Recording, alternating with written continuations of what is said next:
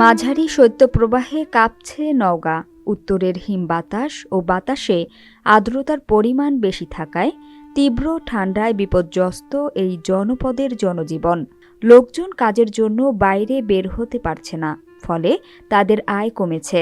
লোকজন খড়কুটো জ্বালিয়ে শীত নিবারণের চেষ্টা করছেন। এছাড়া বেড়েছে ঠান্ডাজনিত রোগীর সংখ্যাও। বুধবার সকাল ৬টার দিকে জেলায় চলতি মৌসুমের সর্বনিম্ন তাপমাত্রা ৬.৭ ডিগ্রি সেলসিয়াস রেকর্ড করা হয়েছে। এটি এ বছরে সারা দেশের এখনও পর্যন্ত সর্বনিম্ন তাপমাত্রা।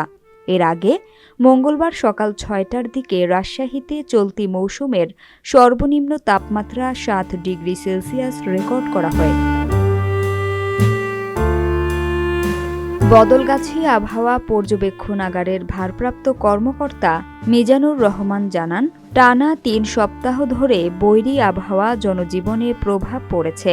বুধবার সকাল ৬টায় ৬.৭ ডিগ্রি সেলসিয়াস তাপমাত্রা রেকর্ড করা হয়। এই মৌসুমে এটি সারা দেশের সর্বনিম্ন তাপমাত্রার রেকর্ড। জেলায় মাঝারি শৈত্যপ্রবাহ চলছে।